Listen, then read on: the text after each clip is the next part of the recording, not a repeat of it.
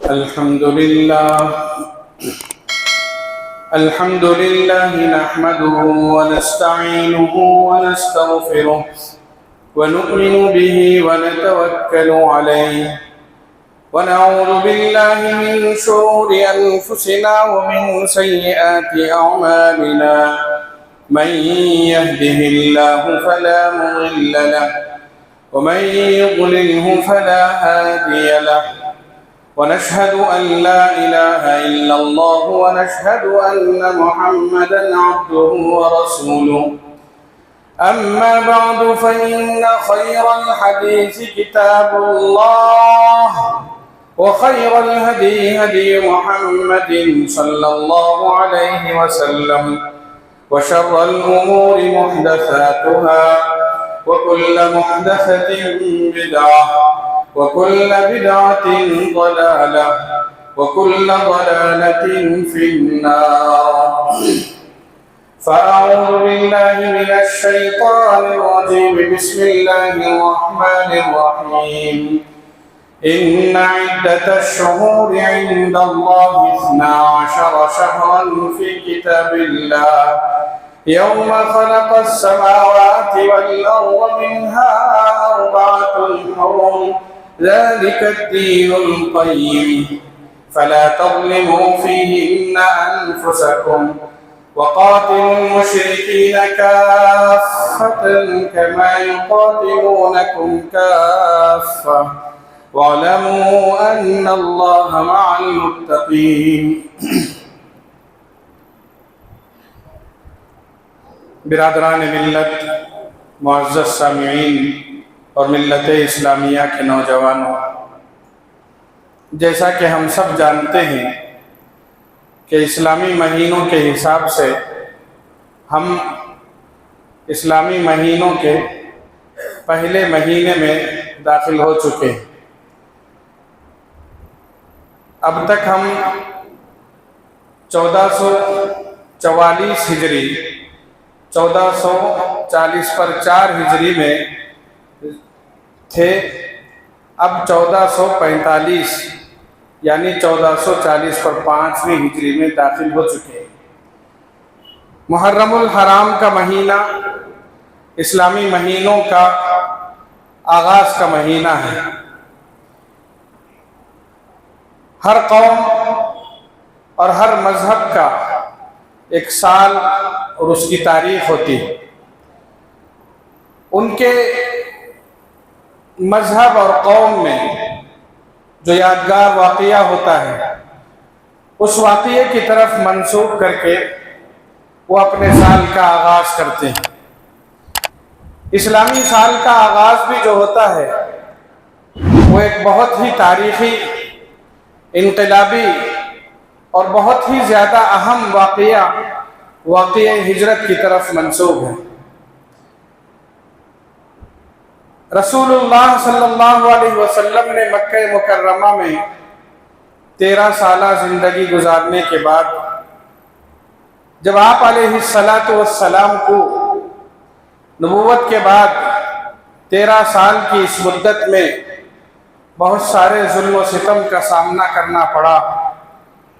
آپ علیہ السلام کے لیے تبلیغ اور دعوت کی راہیں مسدود ہو گئی، مشکلات نے آ گھیرا، تو اللہ کے حکم سے رسول اللہ صلی اللہ علیہ وسلم نے مدینہ منورہ کی طرف ہجرت فرمائی۔ یہ جو ہم 1440 پر 5 ہجری لکھتے ہیں، تو اس کا مطلب یہ ہوا کہ رسول اللہ صلی اللہ علیہ وسلم نے مکہ مکرمہ میں اپنی نبوت کے 13 سال زندگی گزارنے کے بعد آپ علیہ السلام نے جو ہجرت فرمائی مدینے کی طرف، وہ ہجرت کرنے کے بعد سے لے کر اب تک 1445 سال گزر چکے ہیں۔ محرم الحرام کا مہینہ جب آتا ہے، ہمارے سال کی جب ابتدا اور آغاز ہوتا ہے، تو اس موقع پر ہم ہجرت کے اس واقعے کو یاد کرتے ہیں۔ حضرت عمر بن خطاب رضی اللہ تعالیٰ عنہ کے دور میں جب اسلامی فتوحات کا سلسلہ بڑھتا جا رہا تھا اور مسلمانوں کو تاریخ اور ایام اور گزرے ہوئے دنوں کے سلسلے میں تعین کے سلسلے میں مشکل پیش آ رہی تھی، تو حضرت عمر رضی اللہ تعالیٰ عنہ نے صحابہ کرام کو سے مشورہ کیا اور انہوں نے کیلنڈر ترتیب دینے کا ارادہ کیا جو اسلامی کیلنڈر ہو۔ اس موقع پر بات یہ آئی کہ ہم اپنے سال کا آغاز اور اس کی ابتدا کب سے کریں۔ بہت سارے مشورے آئے، بہت سارے لوگوں نے یہ مشورہ دیا کہ دوسری قومیں اپنے نبی کی یوم ولادت کو سال کا آغاز مانتے ہیں، کیوں نہ ہم بھی رسول اللہ صلی اللہ علیہ وسلم کی یوم ولادت کو سال کا آغاز مانیں۔ کسی نے جنگ بدر کے واقعے کی طرف اشارہ کیا، کسی نے دوسرے اہم مواقع کی طرف اشارہ فرمایا۔ اس میں سے ایک رائے ہجرت کی آئی تھی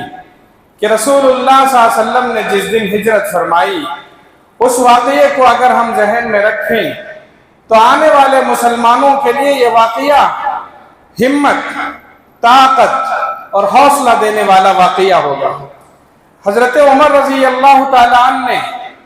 ہجرت سے اپنے اسلامی سال کے آغاز کی رائے کو اس لیے منظور کیا کہ اس کے پیچھے ان کی دوراندیشی تھی، اس کے پیچھے حضرت عمر رضی اللہ تعالیٰ عنہ کی وہ ہوشیاری تھی۔ حضرت عمر رضی اللہ تعالیٰ عنہ جانتے تھے کہ ہجرت اور یہ واقعہ مسلمانوں کے لیے کتنا ہمت، کتنا حوصلہ اور کتنی طاقت دینے والا یہ واقعہ ہے۔ دراصل ہجرت کا واقعہ مسلمانوں کے لیے اور اسلامی تاریخ کے لیے ایک ٹرننگ پوائنٹ ثابت ہونے والا واقعہ ہے۔ اب آپ دیکھیے، ہجرت سے پہلے مسلمان کس حال میں تھے اور ہجرت کے بعد کس حال میں ہوئے۔ مکہ مکرمہ کے 13 سال صحابہ کرام رضوان اللہ علیہم اجمعین نے بڑی تکلیفیں سہی، بڑی مشکلات کا سامنا کیا۔ بار بار ہم مکہ مکرمہ کے وہ دردناک اور المناک واقعات ہم سنتے ہیں جس میں صحابہ کرام رضوان اللہ علیہم اجمعین کو دین اسلام کے لیے تنگ کیا گیا، مشکلات کا سامنا انہوں نے کیا۔ حضرت بلال حبشی رضی اللہ تعالیٰ عنہ کا نام ہم بار بار سنتے ہیں۔ تھوڑی دیر کے لیے اندازہ کر کے دیکھیں انہوں نے کس قسم کی اذیتیں سہی، کس قسم کی تکلیفیں سہی۔ معمولی گرمی میں ہم بغیر چپل کے تھوڑی دیر چل نہیں سکتے، معمولی گرمی ہم برداشت نہیں کر سکتے، تپتی ہوئی دھوپ میں ہم تھوڑی دیر ٹہر نہیں سکتے۔ حضرت بلال حبشی ہمارے سامنے مثال ہیں، ان کو مکے کی گلیوں میں گھسیٹا جاتا تھا۔ آپ جانتے ہیں جنہوں نے مکہ دیکھا ہے وہ تو آپ کا ترقی یافتہ مکہ ہے، اس کے باوجود بھی وہاں کی سڑکیں آج سیدھی نہیں ہیں، وہ پتھریلی زمین ہے، پہاڑی علاقہ ہے، ایک طرف چڑھائی ہوتی ہے، ایک طرف ڈھلان ہوتا ہے، پہاڑوں سے گھرا ہوا وہ شہر ہے جہاں پتھر ہی پتھر، سنگلاخ زمین، سخت زمین اور دھوپ، وہاں کی دھوپ کی شدت کا کیا عالم۔ ابھی حج سے واپس ہوئے حضرات سے پوچھ کر دیکھیں، وہاں ان دنوں گرمی کے دن چل رہے ہیں، گرمی کی شدت، جبکہ آج ترقی یافتہ زمانہ ہے، سہولتیں میسر ہیں، ایئر کنڈیشن ہے، اچھے اسباب ہیں، ہر قسم کی سہولیات موجود ہیں، مگر اس کے باوجود بھی کہنے والے یہ کہتے ہیں کہ وہاں کی گرمی برداشت نہیں کر سکتے۔ سبحان اللہ، یہ تو یہ زمانہ ہے 1440 سال پہلے کا وہ واقعہ جب حضرت بلال حبشی رضی اللہ تعالیٰ عنہ کو مکے کی گلیوں میں گھسیٹا جاتا تھا۔ پتھریلی زمین تھی، سنگلاخ زمین تھی، گرم ریت، بڑے بڑے پتھر، تپتی ہوئی دھوپ، گلے میں رسی ڈال کر جانوروں کی طرح گھسیٹا جاتا تھا۔ اس عالم میں ان کی زبان سے احد احد، رب ایک ہے، میرا اللہ ایک ہے،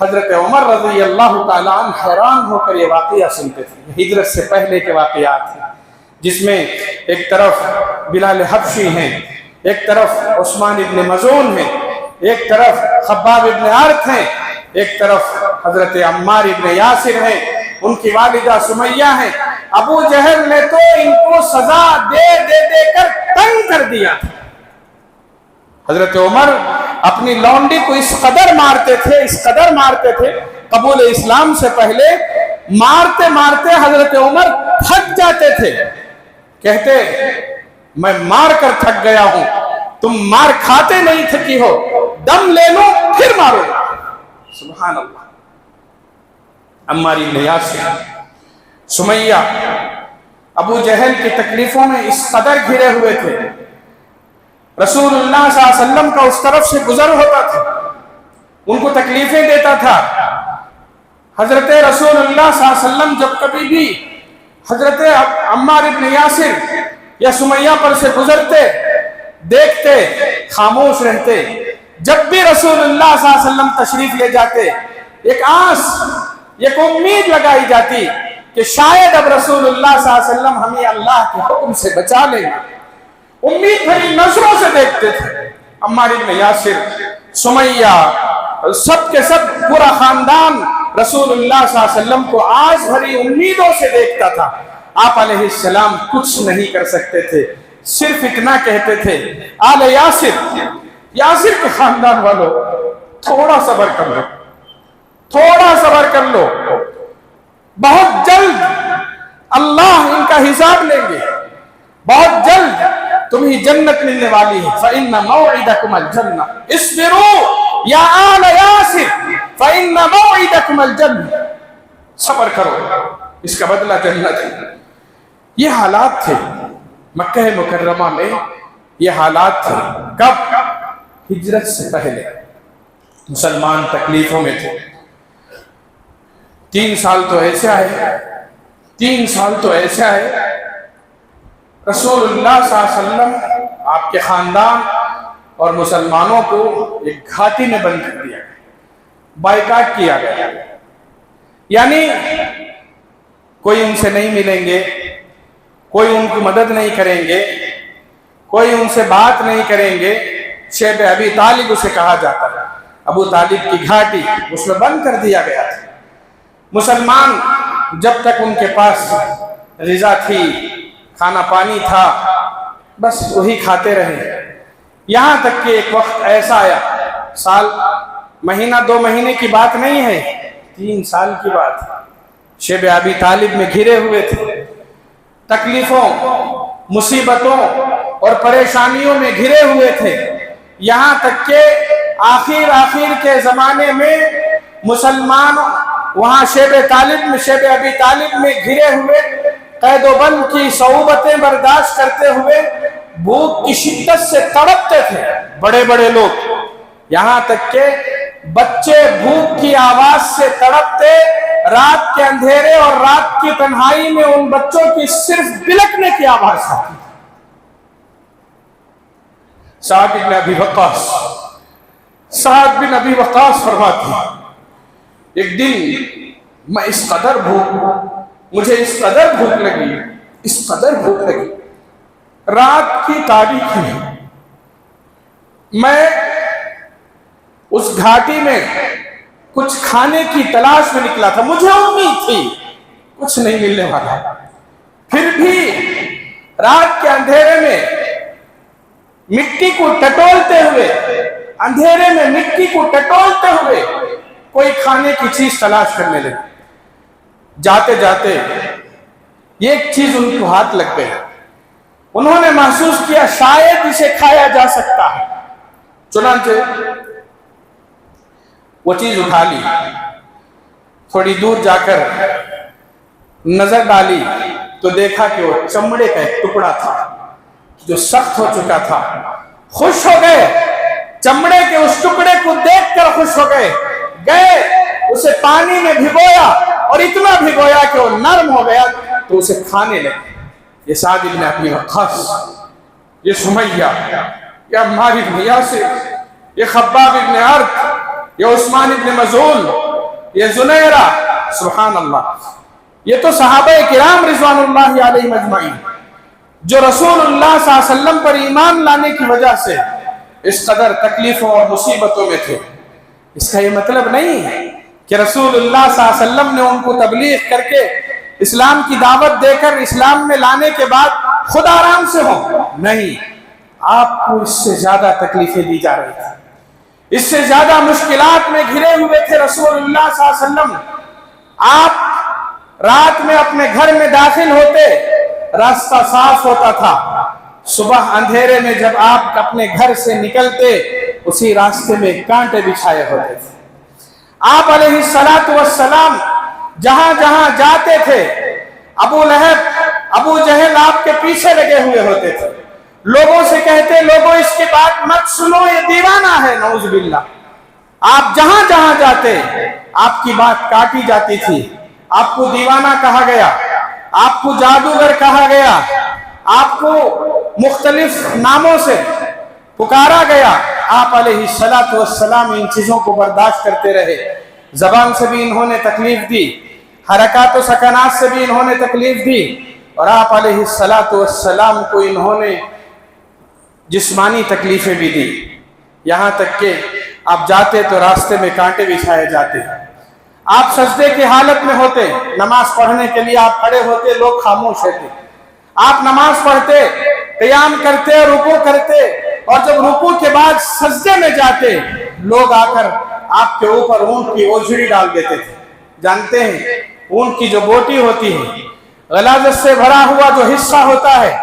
بہت ہی وزنی ہوتا ہے، اونٹ ایک بڑا جانور ہے، اس کی بوٹی، اس کی اوجھڑی اور بڑی ہوتی ہے، وزندار ہوتی ہے، بڑی مشکل سے کھینچ کر لاتے تھے، اور عین سجدے کی حالت میں وہ اونٹ کی اوجھڑی آپ کے سر پر ڈال دی جاتی تھی۔ جانتے ہیں آدمی سجدے میں ہوتا ہے تو اسے خود یوں ہی اٹھنا مشکل، بغیر سہارے کے اٹھ نہیں سکتا، اس کی پیشانی، اس کی ناک، اس کا چہرہ زمین پر پڑا ہوا ہوتا ہے۔ ایسی حالت میں اگر وہ کسی چیز کو اس پر بوجھ ڈال دیا جائے کیا حالت ہوگی؟ اونٹ کی اوجھڑی ڈال دی جاتی، سانس لینا مشکل، اٹھنا مشکل۔ آپ علیہ السلام سجدے کی حالت میں تکلیف میں تڑپتے رہتے، کسی پر رحم آتا وہ آ کر اونٹ کی اوجھڑی اٹھاتا تو آپ علیہ السلام سجدے سے سر اٹھاتے تھے۔ راستے میں جاتے جاتے آپ پر کیچڑ اچھال دیا جاتا تھا، گندگیاں ڈال دی جاتی تھی۔ یہ مکہ مکرمہ کا ایک دن نہیں تھا، ایک مہینہ، 2 مہینہ نہیں تھا، 13 سال، اس میں سے 3 سال اگر سری دعوت کے نکال دیں، مکمل 10 سال صحابہ کرام رضوان اللہ علیہم اجمعین نے تکلیفیں سہی، مشکلات سہی۔ اس دوران آپ علیہ الصلاۃ والسلام کو اس قدر مارا گیا، خود مکے میں ایک پہاڑی پر دشمن نے آپ کے سر پر پتھر پھینکا تو آپ کے سر سے خون بہنے لگا تھا۔ آپ طائف تشریف لے گئے، وہاں مکے کے طائف کے اوباش لڑکوں نے اس قدر مارا، اس قدر تکلیفیں دی کہ آپ علیہ الصلاۃ والسلام وہاں سے واپس تشریف لا رہے تھے، آپ کا پورا بدن خون سے لہو لہان تھا، خون نکل کر پیروں میں جم چکا تھا، چلنا مشکل تھا، آپ کے پیروں سے وہ جوتے نکالنا مشکل ہو چکا تھا۔ ایک ایک دن پہاڑ بن کر گزر رہا تھا، ایک ایک رات مشکلات میں گھری ہوئی تھی۔ یہ 13 سال مکے میں بڑے مشکل سے رسول اللہ صلی اللہ علیہ وسلم نے گزارے۔ اس کے بعد آپ علیہ الصلاۃ والسلام کو اللہ کے حکم سے مدینہ منورہ کی طرف ہجرت کا موقع ملا۔ آپ علیہ الصلاۃ والسلام ہجرت کے لیے تشریف لے گئے، مکہ چھوڑ کر مدینہ منورہ کی طرف آپ نے ہجرت فرمائی۔ ہجرت کے بعد مسلمانوں کے حالات میں سدھار آیا، مسلمانوں کے اندر انقلاب آیا، مسلمانوں کو اللہ تعالیٰ نے جیسے اس طرف سے معاملہ کیا جائے گا ویسے ہی معاملہ کرنے کی اجازت دی گئی، مسلمانوں کو ہمت دی گئی، مسلمانوں کو حوصلہ دیا گیا۔ ہجرت کا واقعہ مسلمانوں کے لیے حوصلہ بخشتا ہے، ہجرت کا واقعہ مسلمانوں کو ہمت دے رہا ہے کہ کسی دور میں مسلمان اگر کمزور ہوں